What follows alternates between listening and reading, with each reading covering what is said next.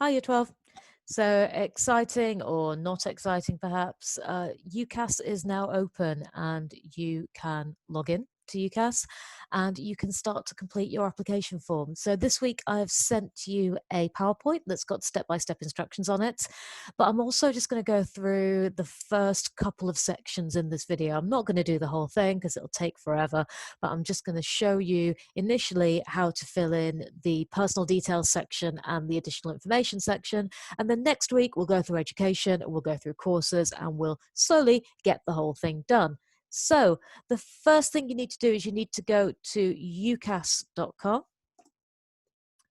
You should already have a UCAS Hub account. Don't worry if you don't, because you can sign up for it later. But if you do, you may already have a login of some sort. But either way, you go to sign in.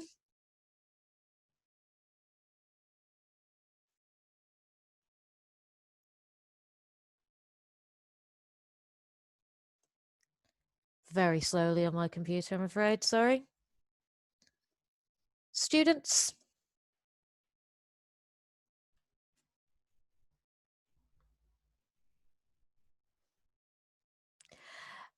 And then you need to click on undergraduate because you're applying for a degree course. And you need to click on 2021 entry, please. Click on apply. Now, I've already made an account, so I could do the PowerPoint for you. But if it's the first time that you log in, you will have to go through and answer some questions and set up your account. It's quite straightforward. You need to give them an email address, you need to give them your name, you need to give them your postal address, but that's pretty much it. And then it will ask you to verify that email address and log back in. You can see here I haven't done mine yet. If you haven't verified your email address, you will get this little warning message here. You can't send your application off until you've done that, so make sure you do. Otherwise, this is what you will get, and this is what the front page will look like. On each page, there is a short video if you want a little bit more guidance about what to do.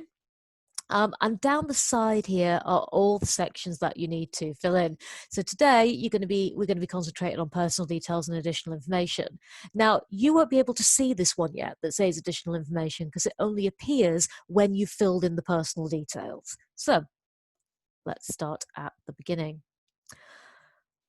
Oh, when you create your account as well, just to let you know, it does say this in the PowerPoint, but just as a reminder, please make a note of your username, which is usually your first initial and your surname and a number, and please make a note of your password. It has to be quite a complex password. Please write it down somewhere because recovering it can be a little bit of a pain.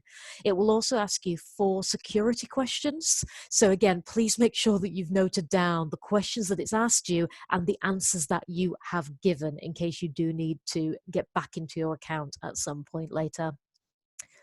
Okay, so first bit is really straightforward. Your title, your gender. It does only give you two options, I'm afraid, for gender. You'll have, so unfortunately, and then your name. Your postal address is the address that you live at, and your home address only needs to be entered if it's different to your postal address. So for in everyone's case, I think you won't need to enter that. Is it your permanent home in the UK? For the majority of you, yes, it will be. Phone numbers, it can be quite handy to put a phone number in, but you don't have to. The only things that are compulsory, you can see this little red asterisk here. If it doesn't have the little red asterisk, you don't have to include it. So it is up to you. Email address, please make sure it's an email address that number one works and number two you regularly check, because it will be not only the one that UCAS use to contact you, it will be the one that all the universities use to contact you. So when they're making you offers or replying to your application, that will be how they get in touch with you. So if you change your email address at any point, please do log back into UCAS and change it. Your date of birth and the country that you were born in. So for anything here that has this little C list box at the side, you can click on it and you can select from there, which is quite handy. And anything that has a question mark, you can click on it and it will give you a little bit more information. So if you're not sure what that question means, click on the question mark. If you were not born in the UK, you need to tell them when you first arrived here and what your nationality is. This is the nationality that's on your passport.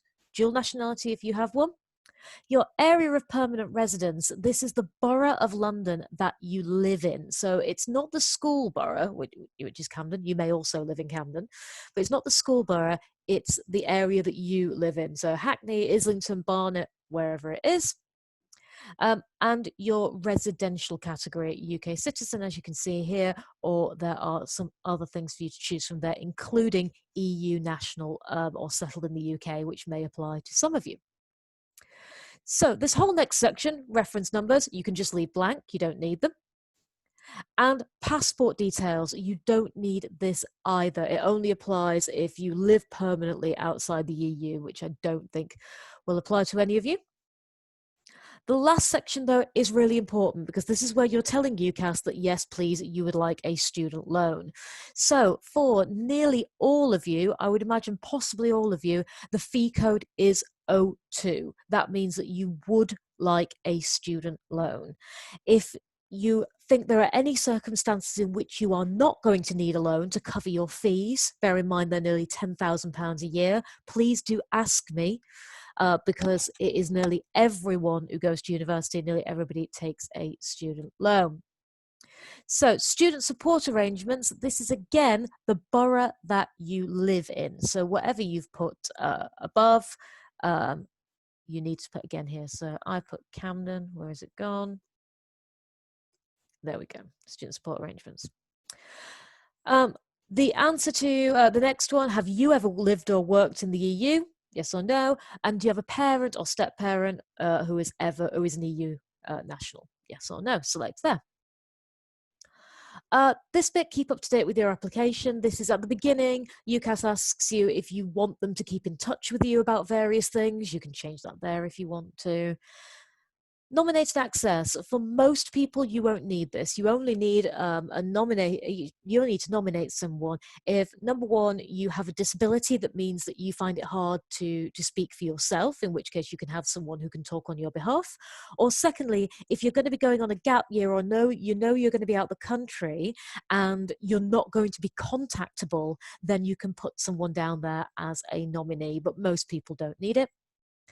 And then finally, in this section, disabilities or special needs, click on See List and choose from here. Choose the one that fits best with a disability or a need that you have. If you do have a disability or a special need of some sort, please do tell UCAS, because it can affect not only your offer or interview situation, but it can also mean that the universities can put you forward for scholarships or bursaries. So it's definitely worth doing. And then in this box here, you will need to give brief details of the special needs you have. There's only 500 characters, you can't type loads, but they may ask you at a later date for some evidence or some more information. So please click save at the bottom every time. You'll know it's saved because it takes you back up to the top. And at this point, you should now be able to see the additional information section, and you can click on it. So there's loads of questions in here, but the only ones you have to answer, again, are the ones with the red asterisks. The rest of them you can leave out if you want to. So ethnic origin is fairly straightforward, but these ones here about sexual orientation, gender, and religion or belief, it's up to you if you want to answer them or not. You don't have to.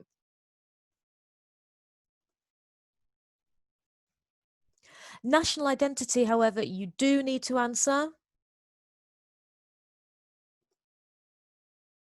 which is how you classify yourself. You can say that you don't want to say. And if you have a dual national identity, you can put it in there. So activities in preparation for higher education. This is only if you have attended specific summer schools or a Saturday course or taster courses of some sort. It is not open days. It has to be some kind of class or some kind of course of some description. If you haven't, you don't have to put anything in. But you put in the date that you did it, how long it lasted for. It's a minimum of 1 day, so it's a half-day one, of course, just put 1 day. When you did it. So for us, it's year 9, year 10, year 11, 12. If it's back in year 9, I really wouldn't bother. I'd only put things in that are recent. where it was, and sponsor is the organization or the university that ran it. You may find that whoever ran yours was not on here. You can just click other. All right, the bottom of this form then, the bottom of this section is really, really important. You'll see it's not compulsory, it doesn't have an asterisk, but it is still extremely important that you fill this in, because these questions can really affect things like contextual offers. That's when a university might make a slightly lower grade offer to you because you are a student who doesn't fit their normal profile of students that go to their university, or you're a student who is from, say, a family where no one's been to university before. They are more likely to make you a contextual offer. So it's really, really important. If you've ever been in care, you select yes or no. And if you select yes, then you can say how long you have been. Parental education. This means, have either any of your parents, your step-parents, or anyone who is responsible for you, have they ever been to university? Yes if they have, no if they haven't, and then you can also select don't know or you don't want to say. We would like you to it's better if you choose yes or no, but you can, of course, you choose not to say if you don't want to. And then finally, you need to give the job title of the parent, step-parent, or guardian who's responsible for you, who earns the most. This one is compulsory. You have to fill this one in. So you can do this under find. You can type in what they do. So teacher. Obviously, loads of things come up. As you can see here, you get everything from aerobics teacher, ballet teacher, all different kinds of things. Loads and loads of options. If you can't find exactly what they do, put in the nearest thing. So you may need to ask them about that. And then the final section, I would like correspondence for Welsh universities to be in Welsh. I would imagine for all of you that is no. And then please click save when you are done. If there's anything you haven't filled in that's compulsory, you'll get a warning message at the top here. When you are happy that you have completed a section and you've finished it, you can tick section complete, but it won't let you mark it as complete if you've got things that are still not finished. When it's complete, there'll be a little red tick in that box. But as I say, if you've still got compulsory things you haven't done, it won't let you. Okay, so that is it for today. They are the easier bits of UCAS. They are the kind of admin bits, the bits that are about you. So try to get those completed and done as quickly as possible. And then next week, we will move on to looking at how to put in your education and how to put in your choices. And then later in June, we will start looking, you can start looking at your personal statement. As always, if you've got any questions, do get in touch with me or get in touch with anyone in the Key Stage 5 team, and we will do our best to help you out. Thank you.